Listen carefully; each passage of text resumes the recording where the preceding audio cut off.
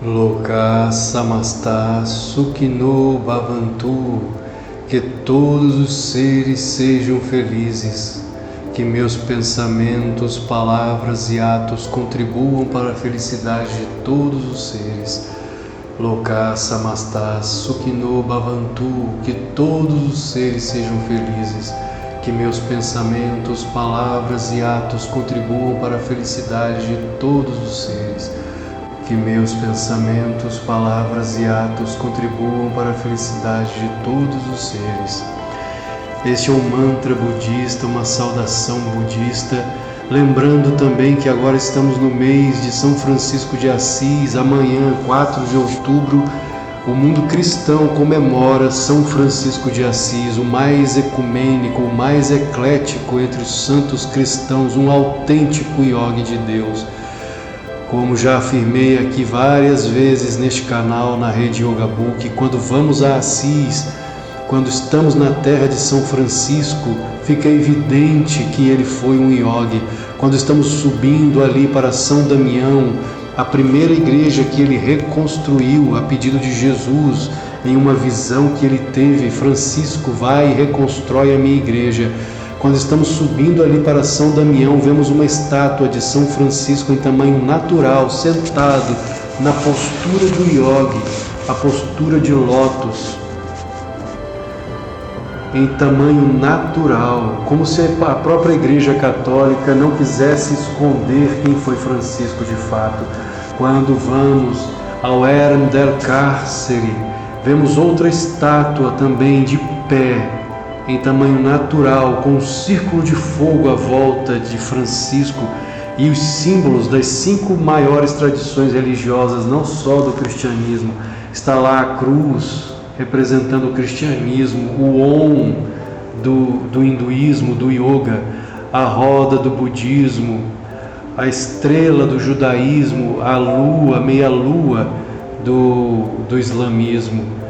No bosque onde São Francisco costumava dialogar com os pássaros, com os animais, vemos um sino enorme com pilares, e em cada pilar novamente a cruz do cristianismo, o Om do hinduísmo, a roda do budismo, representando as maiores tradições religiosas, demonstrando que Francisco foi eclético.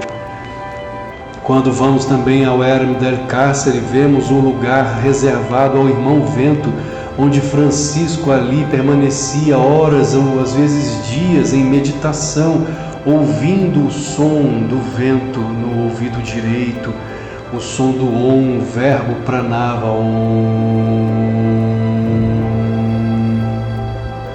que para os cristãos é Amém, Amém. O mesmo pranava, o mesmo verbo. Este vídeo é em homenagem a São Francisco de Assis, o poverelo de Assis, o pobrezinho de Assis, aquele que se despojou de toda a riqueza do pai, a riqueza da família, para se entregar totalmente à renúncia, ao amor a Deus, como fazem os grandes iluminados, os grandes santos. Isso não significa que todos, para encontrar Deus, devam ser como Francisco, renunciantes. Existe o caminho do meio, também ensinado pelo Buda, o caminho em que dos não extremos, assim como também sabemos da existência de santos que foram reis e santos ao mesmo tempo, como o Senhor Krishna, como Rama, como Janaka na Índia, reis santos. Porque o verdadeiro desapego é o desapego interno, é o desapego da alma. Você não precisa andar nu, também não precisa andar como mendigo para encontrar Deus, porque a realização é interna e não necessariamente externa. O desapego é interno e não necessariamente externo. Se um yogi vai para as montanhas meditar, praticar austeridades, jejum e total desapego em uma caverna e se apega à caverna, ele não se tornou um autêntico renunciante. E às vezes um empresário, como foi Rajarsi Janakananda, discípulo de Paramahansa Yogananda, um dos maiores, se não o maior discípulo de Yogananda, chamado carinhosamente pelo próprio Yogananda de São Lin, foi um milionário. E, no entanto, afirmam outros discípulos que conheceram Rajarsi pessoalmente que ele era a própria doçura e a humildade, apesar de ser um homem milionário. Era muito humilde, foi um autêntico santo, um autêntico iluminado yogi em pleno século XX, um dos braços direitos de Paramahansa Yogananda, mostrando o equilíbrio perfeito entre a vida material e a vida espiritual, a espiritualidade e a praticidade, Oriente e Ocidente. Essa foi a missão de Yogananda, unir yoga e cristianismo, a espiritualidade do Oriente com a praticidade do Ocidente. Isso não significa que Francisco estivesse errado. A renúncia de Francisco foi externa e interna ao mesmo tempo. A renúncia de um Krishna como rei foi mais interna, e isso não diminui Krishna. Totalmente unido ao Senhor, como ele mesmo declarou no Bhagavad Gita, a canção do Senhor, a Bíblia dos hindus, ao afirmar a Arjuna, seu maior discípulo, um Kshatriya, um guerreiro de Deus: eu sou o Pai deste universo, a Mãe, o sustentador, a sílaba Om, o Senhor. Ao afirmar isso, na verdade não foi a pessoa de Krishna, mas a consciência cósmica por intermédio de Krishna. Assim como Jesus há 2000 anos, eu e o Pai somos um. Antes que Abraão fosse, eu sou. Foi a própria consciência crística por intermédio de Jesus. Ou como Adi Shankaracharya, o fundador da ordem dos Swamis, também cantava: nascimento, nem morte, nem casta eu tenho, pai e mãe não tenho também. Eu sou ele, eu sou ele, eu sou felicidade infinita. Foi a própria consciência cósmica por intermédio de Adi Shankaracharya, afirmando essa unidade com o absoluto. Francisco foi um panenteísta. Ele percebeu Deus tanto imanente na natureza quanto transcendente.